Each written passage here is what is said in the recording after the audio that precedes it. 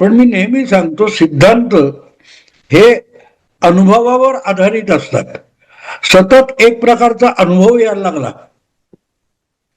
की तुम्ही 90 वेळेला, 80 वेळेला, 70 वेळेला, 95 वेळेला हे अमुक परिस्थितीमध्ये अमुक होतं, मग तो सिद्धांत होतो. आपल्याकडे करोनाची वॅक्सिन तयार झाली. काय केलं? पहिल्यांदा काय उंदीर असतील, मग माकडं असतील, कोणाकोणावर प्रयोग केले. मग अगदी सुदृढ व्हॉलिंटियर निवडले गेले की जे टक्कर देऊ शकतील, त्यांची प्रकृती ठणठणीत आहे, त्यांच्यावर असं करत करत फायनली आता हे कोणालाही द्यायला हरकत नाही इथपर्यंत गेलो. तेव्हा पहिली गोष्ट लक्षात ठेवा की सिद्धांत हा अनुभवावर आधारित असतो, सिद्धांतावर आधारित अनुभव नसतो. हे पहिलं लक्षात घ्या. बाप अनुभव आहे, सिद्धांत हा मुलगा आहे. आपल्याकडे प्रॉब्लेम काय माहितीये का, की लोकांना असं वाटतं की सिद्धांत म्हणजे थिअरी आहे आणि थिअरी हा बाप आहे, आणि ते खऱ्या बापाला मूल ठरवायला जातात आणि मग ते चक्र जमत नाही, तिथे बाकी सगळे अॅनालिस्ट फसतात. माझं तसं नाही. मी राज्यशास्त्राचा ज्या सिद्धांत आहेत ते कधीही शिकलो नाही, कारण मी राज्यशास्त्राचा कधी विद्यार्थी नव्हतो. मी आर्किटेक्चरचा स्टुडंट होतो.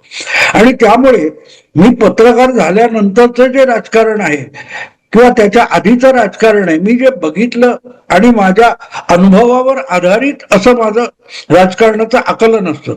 अमित शहा हे सुद्धा वेगळे आहेत असं मी मानत नाही. ते राजकारण बघत गेले, शिकत गेले, विद्यार्थी दशेपासून, संघाच्या शाखेपासून. वैचारिक संस्कार हा वेगळा भाग आहे, विचारधारा वेगळा भाग असतो, आणि राजकारणातले डावपेच वेगळे असतात. तुम्ही एखादा सेल्समन या कंपनीतून त्या कंपनीत जातो, कालपर्यंत पेप्सी विकत असतो, आता तो कोका कोला विकायला लागतो. पण टेक्निक तेच असतं ना, त्याच्या अनुभवातून आलेलं असतं. तसं इथे एक गंमत लक्षात येईल की अमित शहा जे राजकारणात चाणक्य वगैरे आपण म्हणतो ना, त्याचं कारण ते अनुभवाला प्राधान्य देतात, सिद्धांताला देत नाही, थिअरीला देत नाही. आणि याचं आणखीन सोपं उदाहरण द्यायचं असेल तर एक मूल आहे आणि ते 5 वर्षाचं असताना त्या बापाच्या मित्राने बघितलेले, आणि तो पुढे अमेरिकेत किंवा लंडनमध्ये कुठेतरी राहिला 10 वर्ष, आणि 10 वर्षानंतर परत येताना यांना काहीतरी गिफ्ट आणायचं म्हणून मुलाला कपडे आणले. आता 5 वर्षाच्या मुलाचे कपडे आणले तर ते 15 वर्षाच्या मुलाला बसणार नाही. तर ते कपडे आहेत हा सिद्धांत आहे, आणि मूल 10 वर्षांनी मोठं झालंय. परिस्थिती बदलते तसे अनुभव बदलतात,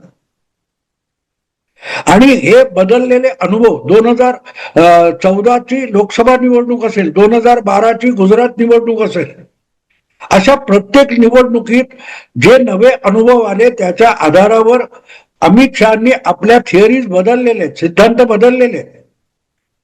जी गोष्ट गुजरातमध्ये चालेल, 2014च्या निवडणुकीमध्ये किती टिंगल झाली मोदींची. अरे गुजरात म्हणजे काय देश नाही, गुजरात काय एक मध्यम आकाराचं राज्य आहे, सगळा भारत मोदींना कुठे माहिती आहे, अशी टिंगल झालेली आहे ना. आणि तेव्हा विचारलं जात होतं, अरे लेकिन आपका साऊथ में क्या है, बंगालमध्ये तुमचं काय आहे. आज तो बंगाल त्यांनी 12 वर्षानंतर काबीज केलंय. जेव्हा 14च्या निवडणुकीत मोदींनी बंगालमध्ये पण सभा घेतल्या, पण बंगालमध्ये होतं काय, हाती लागलं काय. पण त्या अनुभवावर आधारित पुढचं करत जायचं.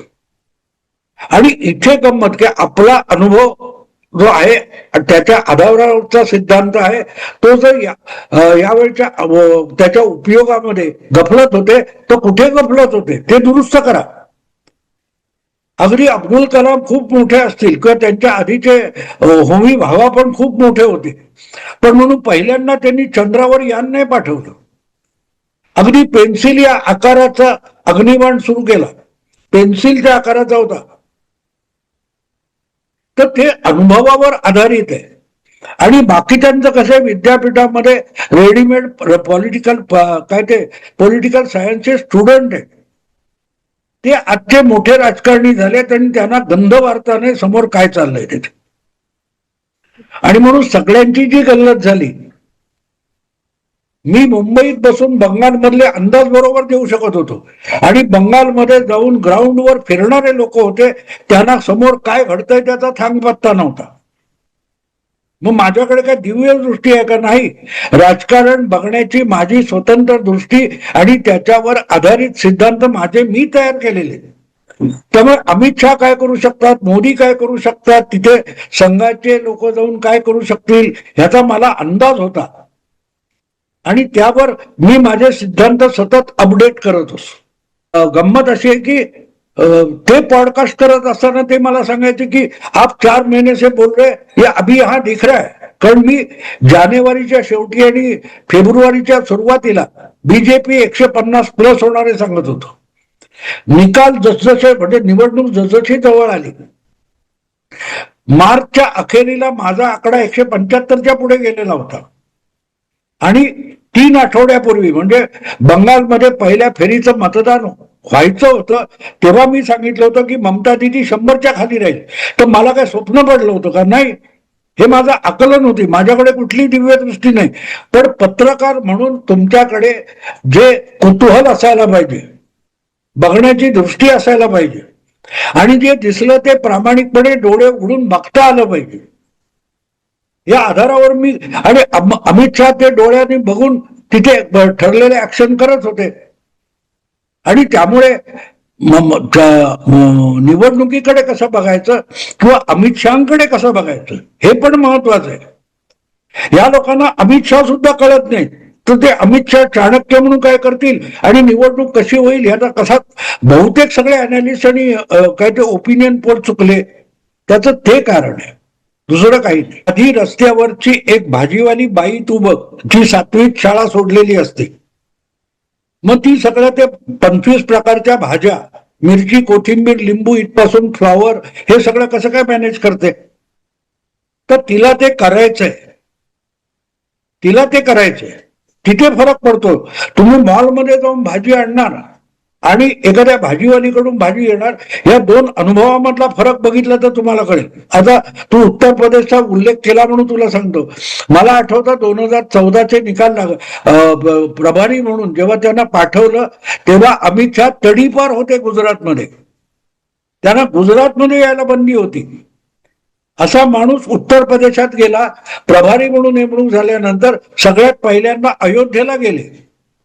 आता अयोध्येला गेल्यानंतर हिंदीमध्ये म्हणतात ना काय ते दोहा का काय, जिसकी रही भावना जैसी प्रभू मुहूर्त तिनं देखी तैसी. म्हणजे तुम्हाला कृष्णामध्ये रावण पण दिसू शकतो बघायचं असेल तर.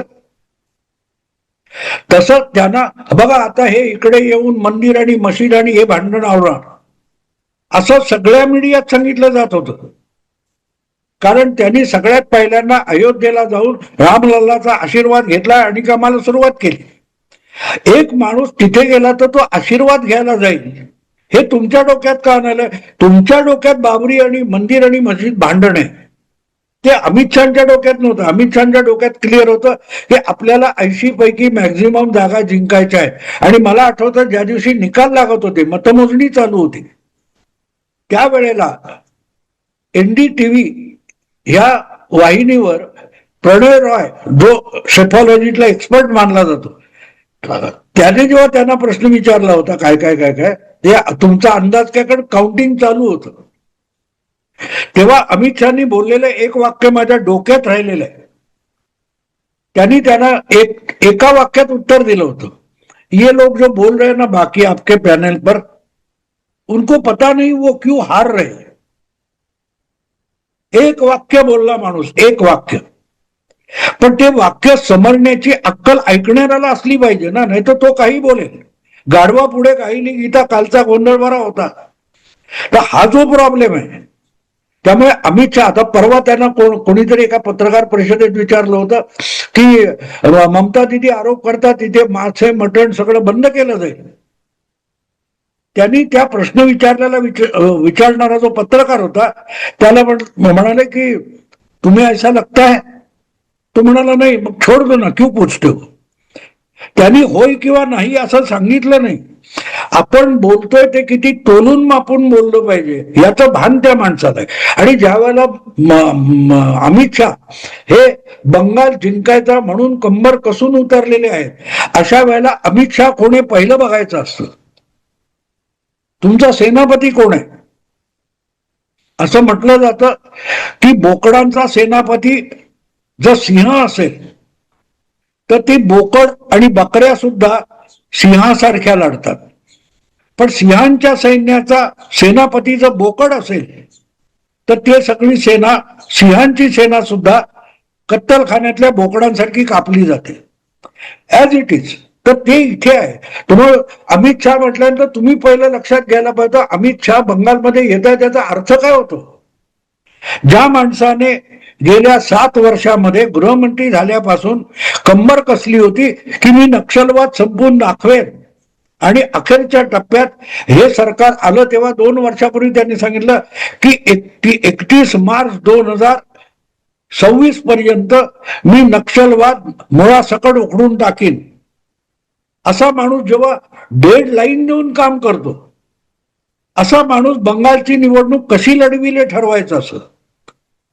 मग तो संजय राऊत किंवा उद्धव ठाकरे जशी निवडणूक लढवतात, आदित्य ठाकरे तशी लढवेल का, की तो स्टॅलिन सारखी लढवेल की राहुल गांधींसारखी लढवेल, असं कम्पेअर करून चालत नाही. या सगळ्यांपेक्षा मोदी आणि शहा वेगळे आहेत. त्यामुळे शहा म्हणजे काय हे पहिलं समजून घेतलं. एकनिष्ठता वगैरे हा शब्द गैरलागू आहे, कारण अमित शहा हा राष्ट्रीय स्वयंसेवक संघाचा स्वयंसेवक आहे. तेव्हा तो एकनिष्ठ नसेल तर तो स्वयंसेवकच नसतो. तेव्हा तो पक्षात आहे की शाखेत आहे किंवा काय. आता पण तुम्ही बंगालच्या निवडणुका बघितल्या तर तिथे मला वाटते धर्मेंद्र प्रधान किंवा तुमचं भूपेंद्र यादव किंवा बन्सल हे लोक आहेत ना, ते कुठे तुम्हाला निवडणूक काळात गेल्या 1.5 महिन्यात दिसले पण नाही, कुठच्या कॅमेऱ्यासमोर आले नाहीत. पण मागे बसून कोणाला तरी मुख्यमंत्री करायला, कोणात आपले 10-15 मंत्री होतील, आपलं सरकार येईल, तेव्हा मला मिळणार आहे का नाही, माझ्या सवंगड्यांना मिळणार आहे, माझ्या विचारांची सत्ता येणार आहे. तर तिकडे बघितलं मला मिळत असेल तर, नाही तर काय तो यशवंत सिन्हा सारखा लफंगा माणूस तो भाजप सोडून कुठे काँग्रेसमध्ये गेला, जनता दलात गेला, तृणमूलमध्ये गेला. कारण तो निष्ठावान नाहीये, तो स्वयंसेवक नाहीये. तो भाजपात होता, वाजपेयींच्या सरकारमध्ये मंत्री होता, पण तो स्वयंसेवक नव्हता. तर निष्ठा म्हणजे काय हे समजून घ्या. आणि दुसरी गोष्ट, जे आपल्याकडे म्हणजे जो जयाचा घेतला गुण तो म्या गुरु केला जाणं, अमित शहाची मानसिकता ही तशी आहे. जे अगदी आपल्या प्रतिस्पर्ध्याचा असेल तरी त्याचं चांगलं असेल ते घ्यायचं, त्याचे चांगले गुण असतील ते घ्यायचे, ही मानसिकता त्यांच्याकडे. आणि त्यामुळे ज्या पद्धत, आता एक उदाहरण म्हणून सांगतो, अलीकडल्या गेल्या 5-7 वर्षामध्ये मी ऐकतोय काय तो पन्ना प्रमुख आहे, बूथ प्रमुख आहे. हे भाजपमधली भाषा ही अमित शहा अध्यक्ष झाल्यानंतरची. पण पन्ना प्रमुख, बूथ प्रमुख ही मुळात शिवसेनेची कल्पना आहे. शाखा, उपशाखा, गटप्रमुख वगैरे ह्या कल्पना ज्या आहेत त्या त्यांनी शिवसेनेच्या होत्या, त्या उचलल्या. म्हणजे थोडक्यात अमित शहानी ज्या कालखंडामध्ये संपूर्ण भाजपची शिवसेना राष्ट्रीय पातळीवर केली, त्या काळामध्ये उद्धव ठाकरेंनी शिवसेनेला समाजवादी पक्ष करून टाकला. हा फरक आहे. म्हणजे तुम्हाला शिवसेना हे कौतुकाचं काय होतं, का जिंकत होती शिवसेना, सतत निवडणुका हरून सुद्धा. 66-68 मध्ये शिवसेनेने पहिली निवडणूक लढवली आणि त्यांचे एका वेळेला एका निवडणुकीत 2 आमदार निवडून येत नव्हते. ते 89-90 मध्ये त्यांचे एकदम 54 आले. पण तोपर्यंत संघटना टिकून राहिली, कारण संघटना बारमाही काही ना काही काम करत होती. पक्ष चालवायचा, संघटना चालवायची, तर ती कायम चालणारी संस्था संघटना असली पाहिजे ही कल्पना घेऊन शिवसेना चालत होती बाळासाहेबांची. उद्धव ठाकरेंच्या काळात शिवसेना ही सामना आणि शिवसेना भावनापर्यंत मर्यादित झाली. तुमच्या अमित शहाच्या काळामध्ये पार्टीच्या ऑफिसच्या बाहेर अमित शहानी पार्टी पक्षाच्या बाहेर नेली, कार्यालयाच्या बाहेर नेली, वॉर्डात नेली, चाळीत नेली, कॉलनीमध्ये नेली. आणि तो जो भाग होता हा इतरांकडून उचललेला चांगली गोष्ट आहे, भले ती शिवसेनेची असेल, पण ती त्यांना कुठेतरी भावली असेल मुंबईत असताना बघताना. कारण ते तसे अमित शहा महाराष्ट्राचे जावई आहेत, ते त्यांची पत्नी मला वाटतं कोल्हापूरची आहे, पण त्यात त्यांनी ते ऑब्झर्व केलं असेल आणि अरे ही आयडिया चांगली आहे. त्यामुळे पक्षाध्यक्ष झाल्यानंतर त्यांनी ज्या प्रकारे, मला आठवतं अगदी सुरुवातीच्या काळात एकदा मी परेलच्या कुठच्या तरी एका शिवसेनेच्या शाखेमध्ये गेलो होतो आणि वामनराव महाडिकांना येऊन काहीतरी 8-10 शिवसैनिकांचा घोळका, आम्ही पण शिवसैनिक आहे अमुक तमुक. तर ते म्हणाले तुझ्या ढोंगणावर शिक्का मारले खरे शिवसैनिक म्हणून. पावत्या फाडून शिवसेना उभी राहिली नाही. आजचा भाजप सुद्धा पावत्या फाडून उभा राहिलेला नाही. सदस्यत्वाची ते दाखवतात ठीक आहे, पण त्या विभागामध्ये छोटी मोठी जबाबदारी घेऊन आपल्या आयुष्यामध्ये आपल्याला दिवसाचे 1-2 तास सत्कारणी लावण्यासाठी आहेत, तर त्यासाठी सुद्धा प्रोग्राम भाजपकडे आहे. म्हणून बारमाही आणि 24/7 तुमच्याकडे कार्यकर्त्यांची फौज भाजपकडे मिळते. याचं कारण ते आहे, जे काम दिलं ते करणार. आता मगाशी मी एक व्हिडिओ बघत होतो, तो बिकानेरचा राजस्थान मधला भाजपचा कार्यकर्ता, तो काल पोहोचलेला आहे परत राजस्थानला. तो गेले 2 महिने तिथे ठाण मांडून होता. आता ह्या इतक्या बारीक बारीक गोष्टी आहेत, त्या प्रत्येकाला वाटून दिल्या जातात, हे कर ते कर ते कर ते कर ते कर. आणि तू करत असताना तू दुसऱ्याला शहाणपणा शिकवू नको. बागेश्रीला जे काम दिलंय ते बागेश्रीने करायचे. ते आपलं काम सोडून बागेश्री जर अश्विनी कुठे चुकते याच्याकडे लक्ष देईल तर बागेश्री आपलं काम बिघडवते. तेव्हा तुझं काम परफेक्ट कर, अश्विनीचं अश्विनी करेल. या पद्धतीची जी मॅनेजमेंट, तुम्ही मॅनेजमेंट म्हणाला, मायक्रो मॅनेजमेंट म्हणजे काय? हीच मायक्रो मॅनेजमेंट असते. तुझ्या जागी तू काम व्यवस्थित कर. आर्मीमध्ये आणि ते असतं, आपण आर्मी बघतो तर मोठा लाखोचा जमाव असतो, हजारोंचा जमाव असतो. त्याला हे 5,000 युनिफॉर्म मधले लोक कंट्रोल का करू शकतात? They are organise. त्या प्रत्येकाला आपण काय करायचंय माहिती असतं, आणि दंगलीचा जो जमाव असतो त्यातल्या कोणालाही माहित नसतं काय करायचं ते. हा फरक आहे मॅनेजमेंट आणि नॉन मॅनेजमेंट किंवा मिसमॅनेजमेंट यातला हा फरक आहे. 2014 मध्ये सरकार आल्यानंतर अमित शहा पण गृहमंत्री तेव्हा होऊ शकले असते ना, काय अडचण होती? पण त्यांनी त्यापेक्षाही ते आलेली जी सत्ता आहे त्या सत्तेचा, त्या अधिकाराचा, त्या साधनांचा वापर करून पक्ष देशाच्या कानाकोपऱ्यामध्ये पाळमुळं रुजून घट्ट कसा करायचा ही जबाबदारी पक्षाध्यक्ष म्हणून स्वीकारली. फरक तो लक्षात घेतला पाहिजे. त्या क्षणी तेही गृहमंत्री होऊ शकले असते किंवा आणखीन कुठलं मंत्रीपद घेऊ शकले असते, पण त्यांनी पक्षाची जबाबदारी घेतली. दुसरं तू जी आता म्हणाली हे पब्लिसिटी करायची, जाहिरात करायची, एवढ्या पुरतं नव्हतं. आपण कमजोर कुठे आहोत ते शोधलं. आपण पूर्व भारतामध्ये कमजोर आहोत. संपूर्ण ईशान्य भारत, आसाम पासून पलीकडची छोटी मोठी त्या सप्त भगिनी काय म्हणतात ते, किंवा बंगाल, आपण कमजोर आहोत. आपण इथे वाढलो पाहिजे. मग पक्षाध्यक्ष म्हणून सरकारमध्ये असलेल्या भाजपच्या मंत्र्यांना त्यांनी टाइम टेबल ठरवून दिलं होतं की दर महिन्यामध्ये प्रत्येक भाजप मंत्र्याचा ईशान्य भारतामध्ये कुठे ना कुठे काहीतरी कार्यक्रम झाला पाहिजे. त्याच्या आधीच्या कालखंडामध्ये इतकी सरकारं झाली, वेगवेगळ्या पक्षांची सरकारं झाली, पण सहसा ईशान्य भारतामध्ये कुठचाही केंद्रीय मंत्री जात सुद्धा नव्हता. गेल्या 12 वर्षामध्ये केवढा फरक करून दाखवला बघा. तर त्याची सुरुवात त्या मंत्र्यांपासून होते.